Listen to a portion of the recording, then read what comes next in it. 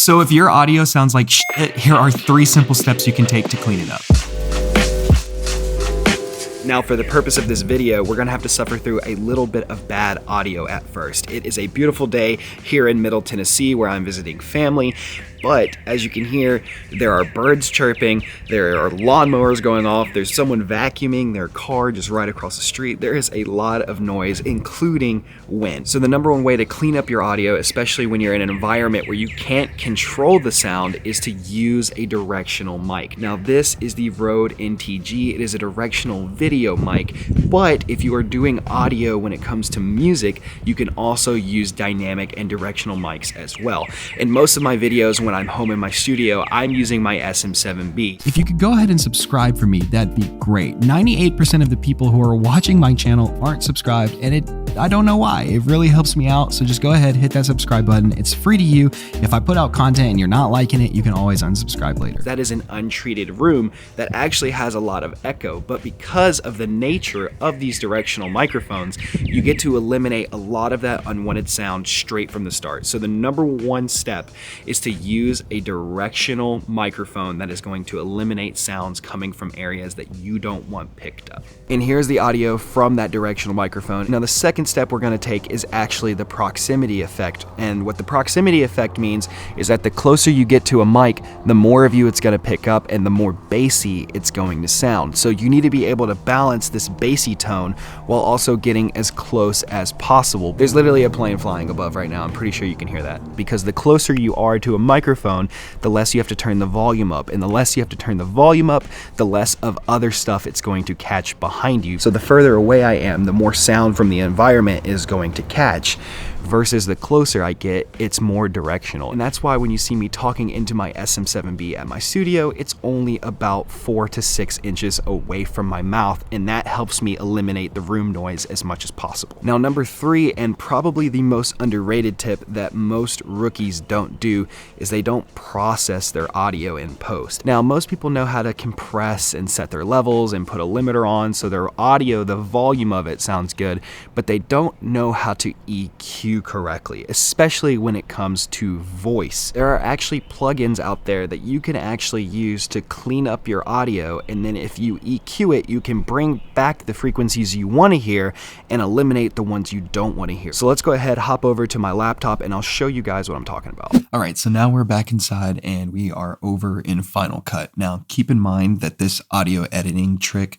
is not solely for Final Cut or even solely for video. This does work with music as well. So whether you're editing in Final Cut, Premiere Pro, Logic Pro, Ableton, Pro Tools, it doesn't matter. Anywhere you can edit audio, you can take these steps that I'm about to show you when it comes to post-processing. You definitely want to be editing through headphones because it's going to let you hear all of these subtleties that you can't hear through MacBook Pro speakers. You can also use reference monitors, but most people don't have those. Most people do have headphones. So headphones or monitors are the way to go. This is the audio we're going to be using for our audio cleanup test. Does it sound clear? Does it sound too muddy? Does it sound too shrill? Can you hear noises in the background or weird artifacts? How does it sound? Okay, so now you should be able to hear exactly what I'm hearing. And you can hear that although it is pretty clear, you still do have a little bit of noise going on in the background with the birds chirping, but having that microphone alone actually did a lot of work. Let's go ahead and hop into our effects. And I'm actually going to go straight to my audio plugins, and the plugin I am going to be using is Waves NS1. Now, Waves NS1 does cost money. It is not a free plugin, but you can buy this from waves.com. I actually get all of my audio plugins that I use for music from Waves, so it made sense for me to buy the NS1, but you don't have to go with Waves. I'll have a link in the description to the Waves one if that's the one you'd like to pick up, because I think it's pretty easy to use, but again, you don't have to use that. In fact, I'm not sure about Premiere or Logic actually, but this is the new update of Final Cut Pro, and you can actually do voice isolation directly in Final Cut. This is the audio we're going to be using for our audio cleanup test. Does it sound clear? Does it sound too muddy? Does it sound too shrill? Can you hear noises in the background or weird artifacts? How does it sound? That actually sounds really, really good, but I do still like the Waves NS1 more just because I can control it more. So let's go ahead and throw Waves NS1 on. This is the audio we're going to be using for our audio cleanup test. Does it sound clear? Does it sound too muddy? Does it sound too shrill? Can you hear noises in the background or weird artifacts? How does it sound? So now you can hear that just by turning this up 50%, it took out basically all of the background noise. You may still hear a little bit, but not as much as the built-in voice isolation. Again, I can turn up the voice isolation higher, but the higher you turn these up, the more artifacts you're going to get. So I showed you the voice isolation at 50%, and now I'm showing you the Waves NS1 at 50%. And while the voice isolation may sound better at first, it's because you have to do a little bit more processing with the NS1, but you're going to get a better overall result. When using the Waves NS1, it's going to take out those frequencies you don't want, but it is going to make it a little bit more boxy sounding. So what we do is then we EQ that boxiness out of it. This is the audio we're going to be using for our audio cleanup test. Does it sound clear? Does it sound too muddy? Does it sound too shrill? Can you hear noises in the background or weird? Now I always do a roll off on the bass at about 100, but most of your boxiness is going to be within the 200 to 2000 range.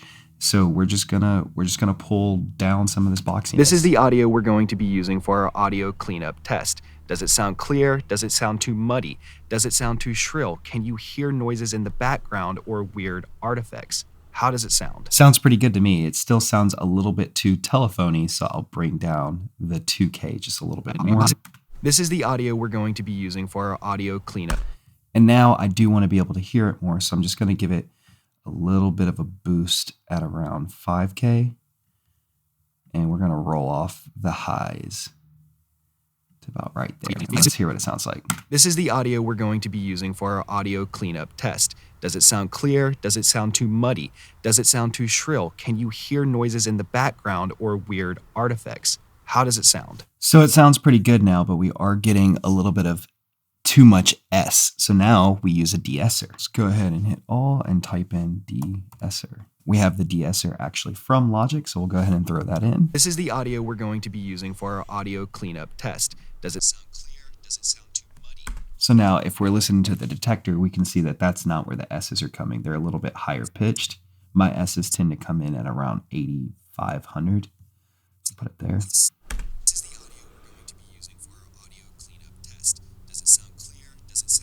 You hear the S's, so now we're going to turn it over to the suppressing frequency. This is the audio we're going to be using for our audio cleanup test. Does it sound clear? Does it sound too muddy?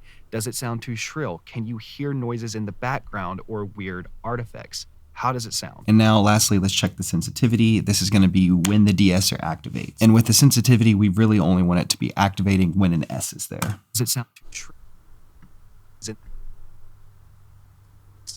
Does it sound close enough? Go ahead and turn it off. Audio cleanup test. Does it sound clear? Does it sound too muddy? Does it sound too shrill? Can you hear noises in the background or weird artifacts? How does it sound? All right, so the next thing we want to do is put some compressor on it to get our levels fairly accurate. Now, with compression on just vocals, you don't want to go too tough on them because it will sound too compressed. So what I found is that when you open your compressor, the default settings are pretty much perfect, but you just need to change your threshold and your makeup. This is the audio we're going to be using for our audio cleanup test. Does it sound clear? Does it sound All right, so we've got muddy? some good compression now. Let's just go ahead and add in some makeup noises gain. in the background or weird artifacts? How does it sound? This is the audio we're going to be using for our audio cleanup test. Does it sound clear? Does it sound too muddy? Does it sound too 14 ought to do it. Now the last thing we need to do is add a limiter to make sure our audio isn't clipping. Now when it comes to setting a limiter, I personally like setting my output to -1 dB, and then we can just add Does it sound too muddy? Does it sound too shrill? Can you hear noises in the background or weird artifacts? How does it sound? So throughout listening to it, we clipped 1.5. So what I'm going to do is I'm going to bring my gain back 1.5 decibels. Sound clear? Does it sound too muddy? Does it sound too shrill? Can you hear noises in the background or weird artifacts? How does it sound? And there you go. We eliminated that background noise while also keeping the voice as natural sounding as possible. We put a decent level of compression on it to bring the levels closer to even, but we still have enough dynamic range. We didn't smash it all the way down.